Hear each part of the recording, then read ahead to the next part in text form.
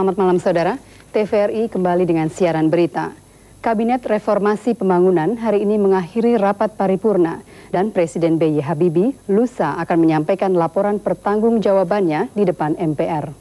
Silang pendapat sekitar dihentikannya penyelidikan terhadap mantan Presiden Soeharto oleh Jaksa Agung juga kami ketengahkan di samping aksi unjuk rasa di berbagai tempat di Jakarta. Penggarapan GBHN oleh Panitia Ad Hoc 1 Badan Pekerja MPR kami tampilkan dalam Persepsi bersama ketuanya Theo Sambuaga dan dipandu Alfendi Musa. Baiklah saudara, inilah berita pertama. Para Menteri Kabinet Reformasi Pembangunan hari ini mengikuti rapat paripurna terakhir dengan acara tunggal paparan Presiden B.J. Habibie tentang hal-hal yang telah dicapai selama 500 hari lebih masa tugasnya. Rapat Kabinet Paripurna terakhir yang berlangsung sekitar 2 jam ini, selain dihadiri para menteri juga para dirjen, staf ahli tiap departemen.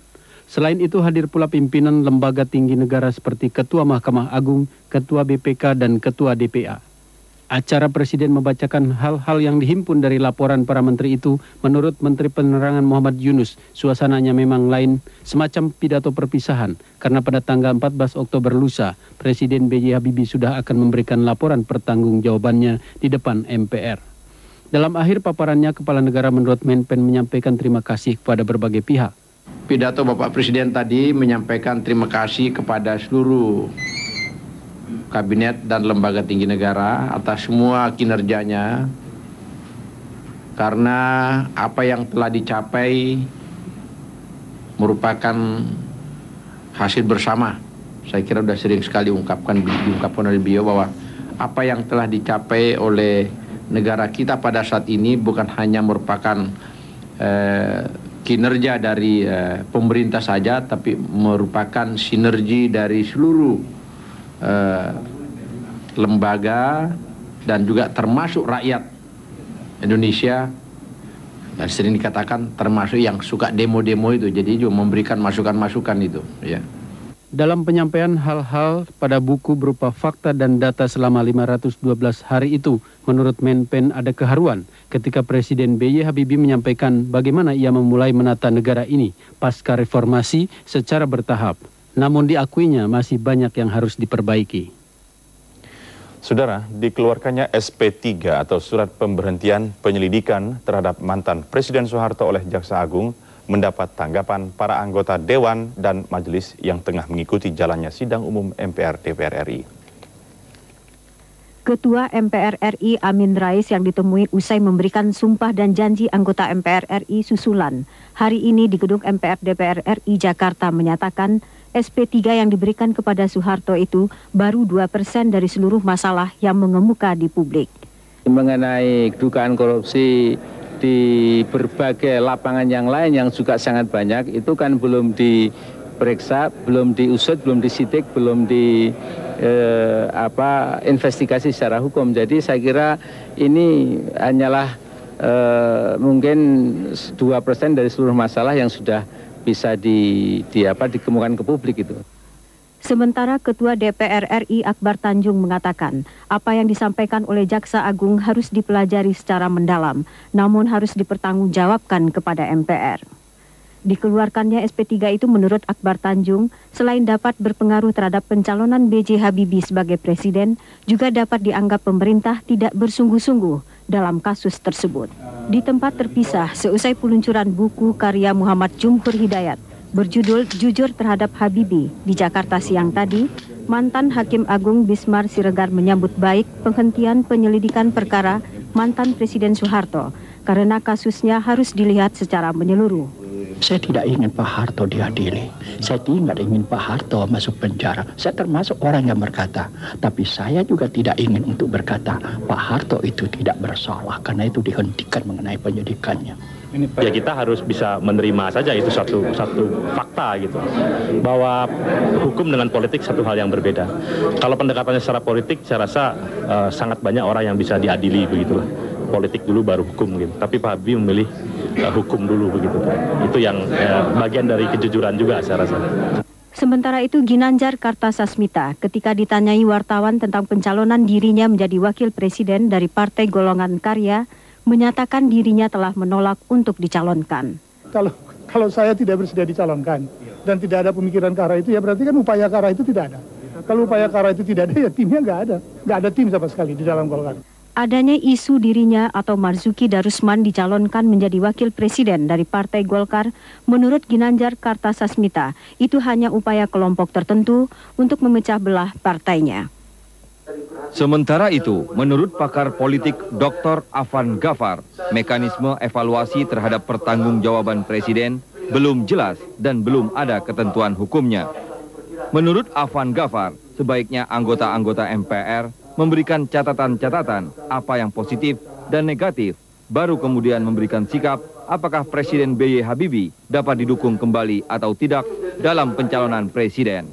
Bukan persoalan diterima atau tidak diterima, tetapi yang paling penting adalah anggota-anggota MPR itu memberikan penjelasan-penjelasan secara real, secara konkret, mana nilai-nilai positif dan mana nilai negatif dari pertanggungjawaban Pak Habibie itu.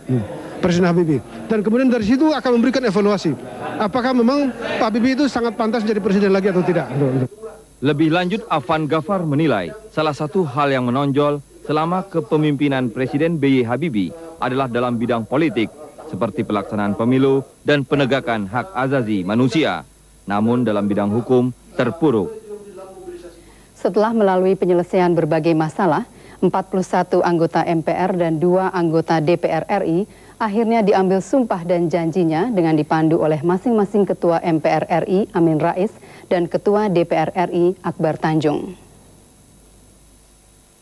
Ketua MPR RI Amin Rais mengatakan sidang umum MPR RI tahun 1999 ini memiliki nilai strategis. Karenanya masa depan bangsa akan sangat tergantung pada hasil-hasil sidang umum majelis ini.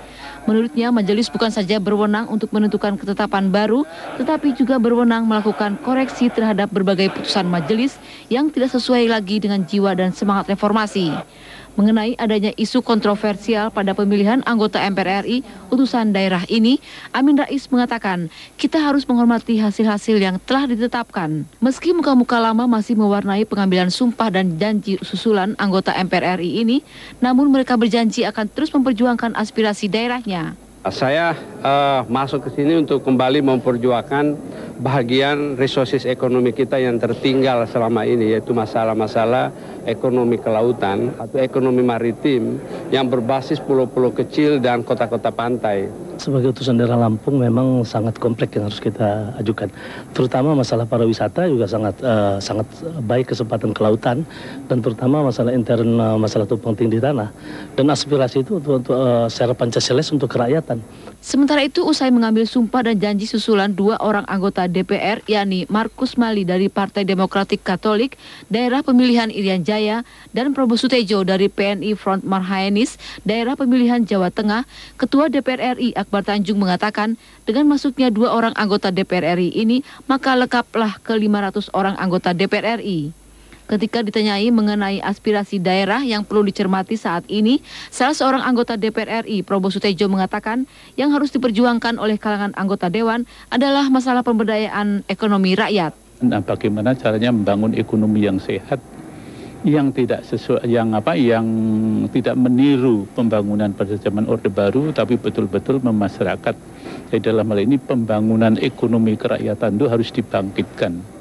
Dengan telah diambilnya sumpah dan janji susulan para anggota MPR RI dan DPR RI ini, maka untuk melengkapi 700 anggota MPR dan DPR masih menunggu ke-5 anggota MPR dari utusan daerah Kalimantan Barat yang direncanakan pengambilan sumpah dan janjinya segera dilaksanakan sebelum pemilihan presiden dan wakil presiden. Sementara itu, ribuan simpatisan PDI Perjuangan yang datang dari Jakarta, Bogor, Tangerang, dan Bekasi melakukan aksi long march dari kantor DPP PDIP Jalan Diponegoro, Jakarta menuju Bundaran Hotel Indonesia. Aksi long march warga PDIP se-Jabodetabek ini selain berjalan kaki, ada juga yang menggunakan kendaraan bermotor. Aksi damai pendukung Megawati ini berjalan cukup tertib meski sempat menimbulkan kemacetan lalu lintas di sepanjang Jalan Tamrin. Aksi damai ini ditandai dengan menggelar spanduk mengelilingi Bundaran Air Mancur Hotel Indonesia. Sementara itu, di ruas Jalan Tol Senayan, Jakarta, ratusan mahasiswa yang tergabung dalam Forum Kota dan Forum Bersama melakukan aksi unjuk rasa. Aksi unjuk rasa mahasiswa ini antara lain menuntut dikembalikannya fungsi TNI sepenuh-penuhnya sebagai alat negara. Sedangkan akibat bentrokan antara aparat dengan mahasiswa Universitas Shahid sore tadi, 4 anggota Polri, 8 Kamra dan 1 mahasiswa mengalami luka-luka. Bentrokan ini terjadi karena 200 mahasiswa Universitas Shahid yang hendak menuju ke gedung MPR dihalau aparat di depan Polsek Tebet.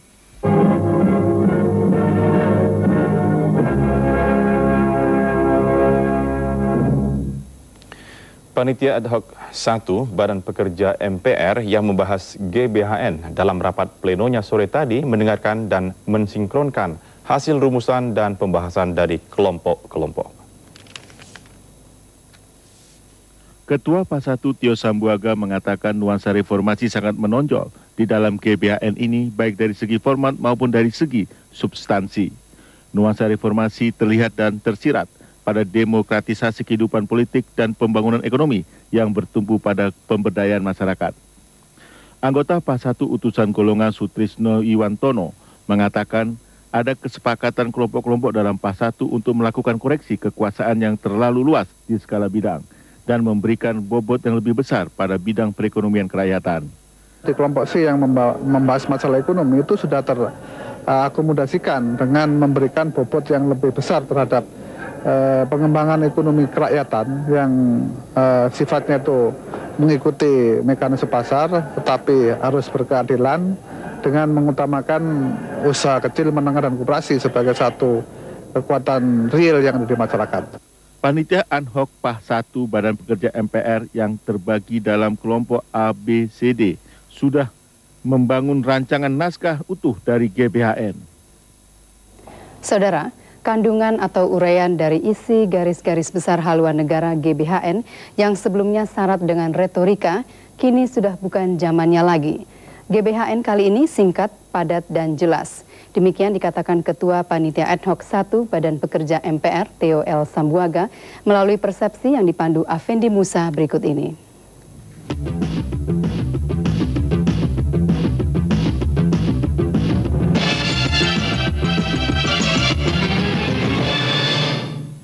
Pembahasan GBHN yang dilakukan oleh Panitia Ad Hoc 1 Pak akan selesai. Dan saya melihat ada nuansa-nuansa pembahasan yang lain dari pembahasan-pembahasan sebelumnya, Pak.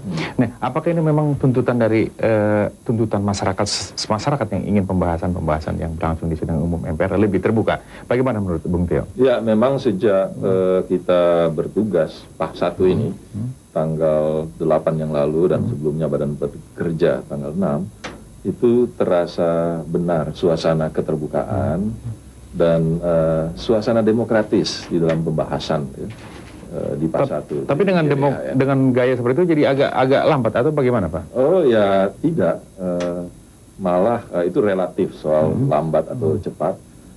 Yang pasti waktu kita sangat sedikit. Waktu kita di PAS 1 ini hanya 1 minggu dibandingkan dengan sidang-sidang umum sebelumnya. PAS 1 itu bisa memperoleh waktu sekitar 2 bulan ya, seperti ini, 1 minggu. Tetapi kita bisa melaksanakan secara produktif karena nuansa dan suasana yang demokratis.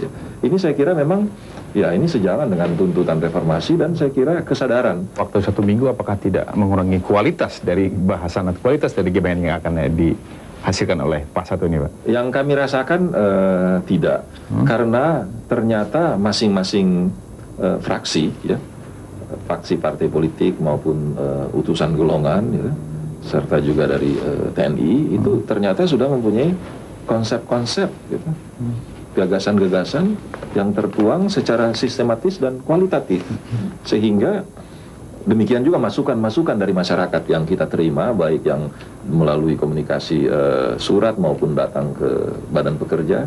Jadi dengan konsep-konsep yang sudah ada itu kita, dan waktu yang meskipun relatif singkat, tetapi kita dapat membahas secara produktif dan kualitatif, tidak mengurangi kualitas. Bahkan ada hal-hal yang menonjol ya pada pembahasan kali ini. Nah, misalnya ada pembaharuan di bidang pendidikan atau ekonomi rakyat, atau bahkan sekarang yang dituntut adalah supremasi hukum. Nah, sejauh mana mengenai hal ini? Ya, memang topik-topik ini yang menonjol. Jelas substansi dari materi yang kita bahas ini, materi GBHN ini, sangat menonjol suasana dan tuntutan reformasi. Dan topik-topik yang menonjol yang dapat menjadi ukuran bagi misi penyelenggaraan negara 5 tahun ke depan adalah hal-hal yang menonjol dan berhubungan dengan demokratisasi dalam kehidupan politik. Kemudian supremasi hukum. Ketiga adalah memelihara kesejahteraan rakyat, meningkatkan kesejahteraan rakyat, terutama menjaga supaya rakyat dapat keluar dari keadaan yang masih dialami sekarang ini, terutama akibat dampak negatif krisis ekonomi, melalui pembangunan perekonomian yang bertumpu pada pemberdayaan rakyat dengan orientasi pasar, tetapi bertumpu pada pemberdayaan rakyat ini. Kemudian yang keempat juga adalah dalam rangka membangun kualitas sumber daya manusia, perlu ditingkatkan anggaran prasarana dan prasarana sistem pendidikan secara signifikan.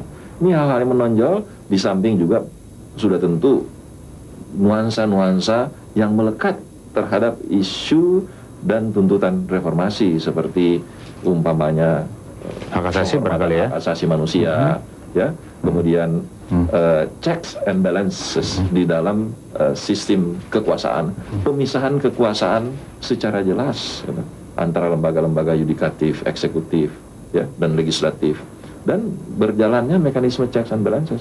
Apakah nanti Pak, apa sama juga dengan, kita tahu bahwa GBHN yang sebelumnya banyak dengan retorika tebal sekali, bahkan kita melihatnya udah agak malas membacanya. Nah, bagaimana yang sekali ini saya dengar ada singkat, jelas, dan padat. Apakah memang tidak mengurangi kualitas yang ada begitu?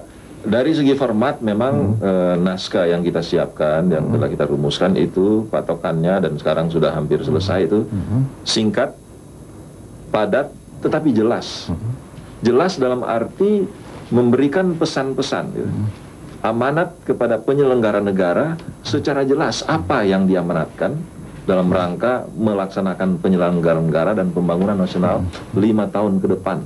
Baik, yang jelas kita menuju Indonesia baru. Ya. Baik, terima kasih Bung Teo. Terima kasih, Bung Ajar. Saudara, demikian tadi wawancara kami dengan Bapak Teo Sambuaga, Ketua Panitia Ad Hoc 1. Dan kini kita kembali ke Studio 10 untuk mengikuti berita selanjutnya.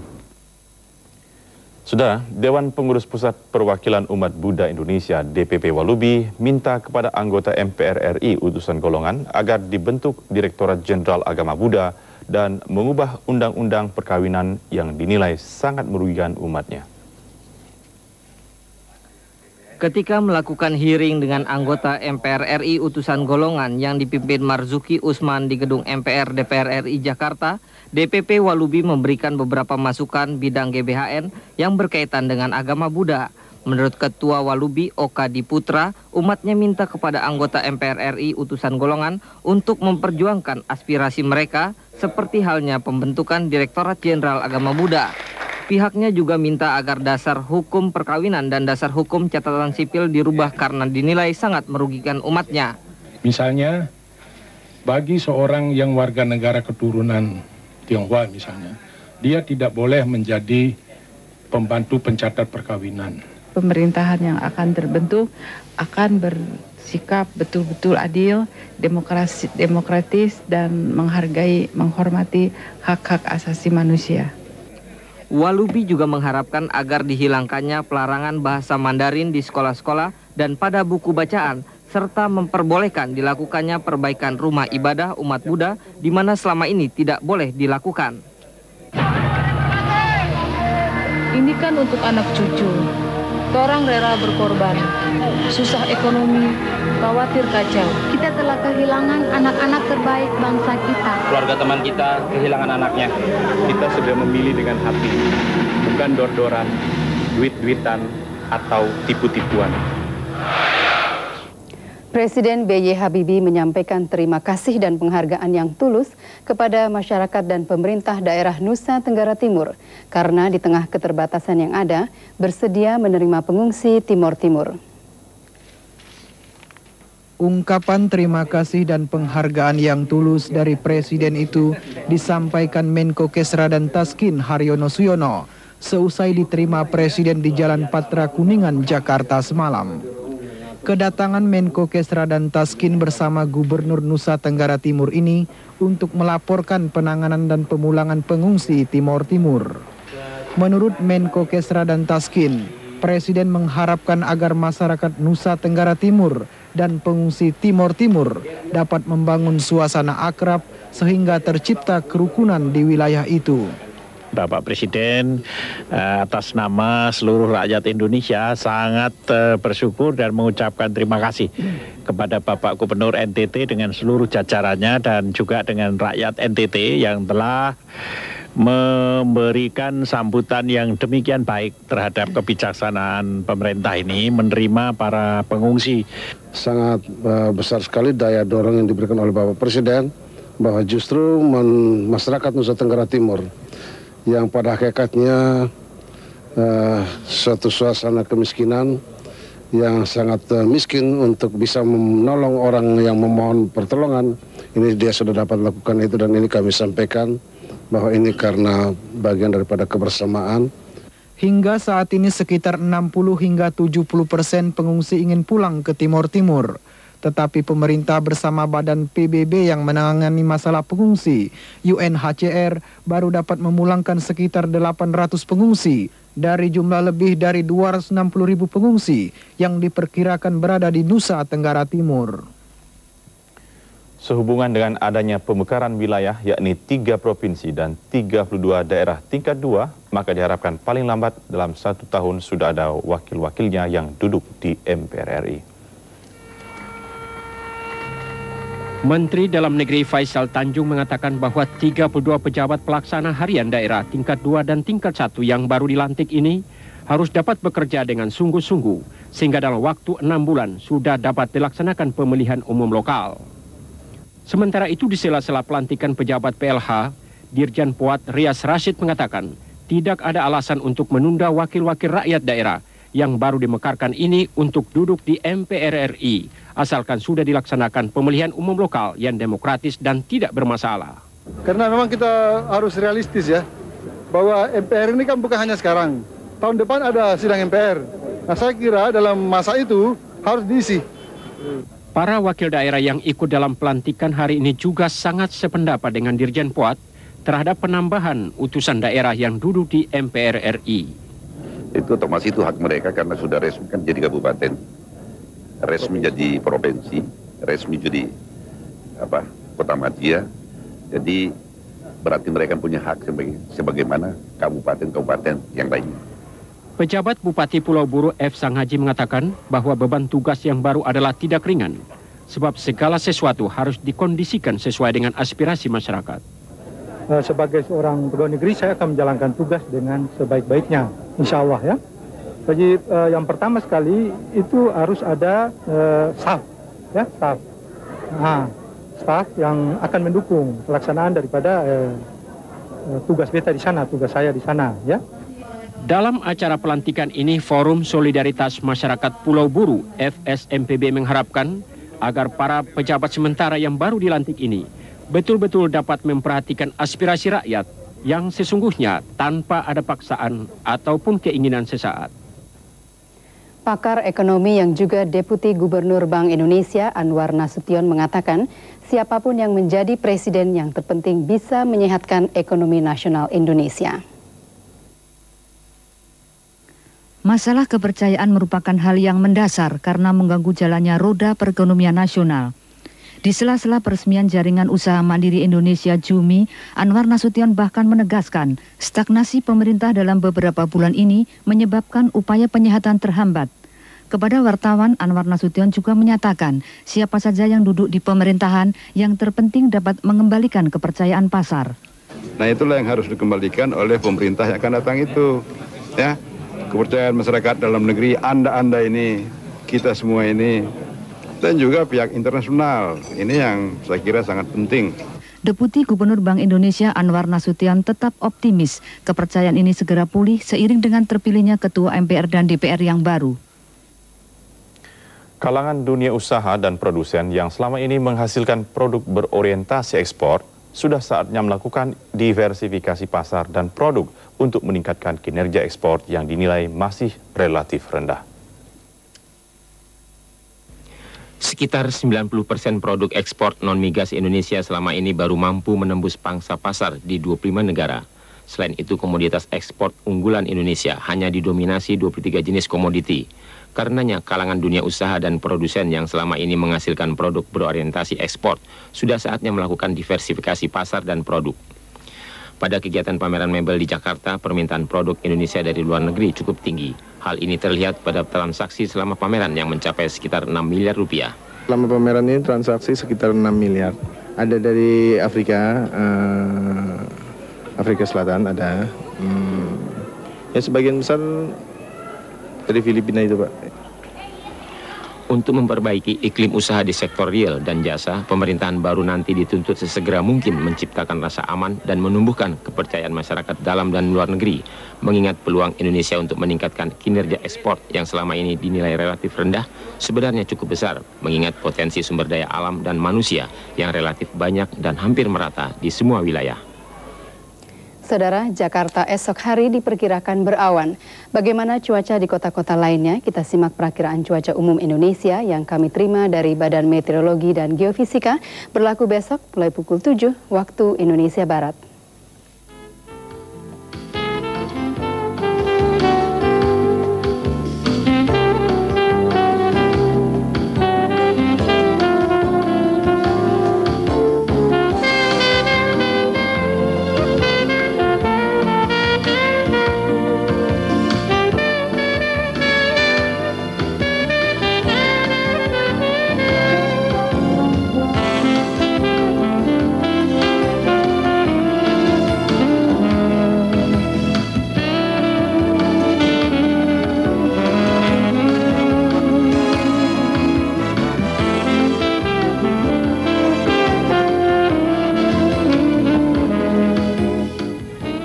Dan saudara, selesai sudah tugas kami menyampaikan siaran berita TVRI untuk malam ini. Nantikan kami pada pukul 21 waktu Indonesia Barat dengan informasi-informasi baik dari dalam maupun luar negeri pada siaran Dunia Dalam Berita. Dan atas nama seluruh kerabat kerja yang bertugas malam ini, saya Herman Zuhdi dan Ria Murdani mengucapkan terima kasih atas perhatian Anda dan selamat malam.